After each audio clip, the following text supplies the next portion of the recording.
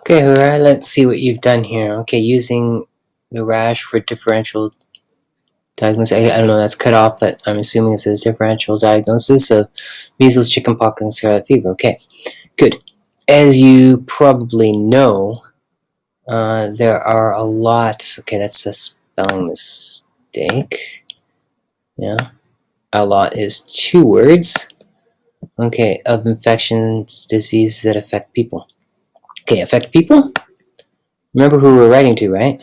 There are some infectious diseases typical of childhood, like measles, chickenpox, and scarlet fever. Okay, good.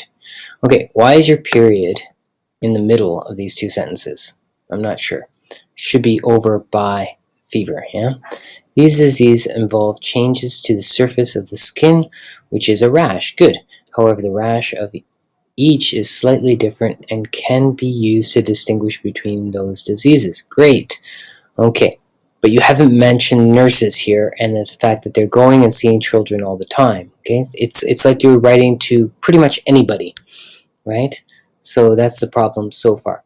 Okay, rash of measles begins with red spots, which occur 3 to 4 days after the first signs, which are a bad cough, runny nose, and watery eyes. Okay, good.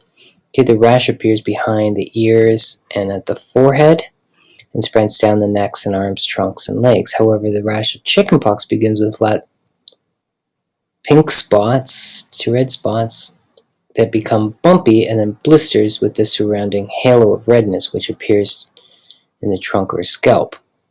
Okay, so some of this is similar to measles and some of it's different. Yeah, your job was to distinguish between those points. Okay, on the other hand, the rash of scarlet fever. Okay, not accompanied, that's the wrong word. You want to say looks like or appears to be. Okay. Bumps that merge together with and which appear first on the neck. Okay, so the problem is here, Hurrah, I asked you to compare and contrast these things, and what you've done is you've written about the 3 diseases separately. Okay, so that's the first problem. Okay, the second one is that you're not really stating the task very well, and you're not the only one. It seems like all the students are having a real difficult time with that, so we need to work on that.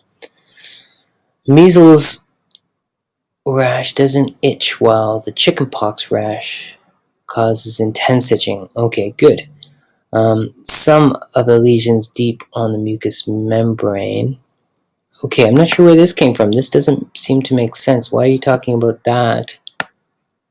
Yeah, this doesn't fit. Okay, you're talking about the itching, and now you're talking about the lesions. Also, it changes to blister. In addition, the duration of the rash. Okay, so measles doesn't itch while chickenpox itches intensely, but you didn't mention scarlet fever here, so you should have mentioned that as well. In addition, the duration of the rash is from 1 to 3 weeks.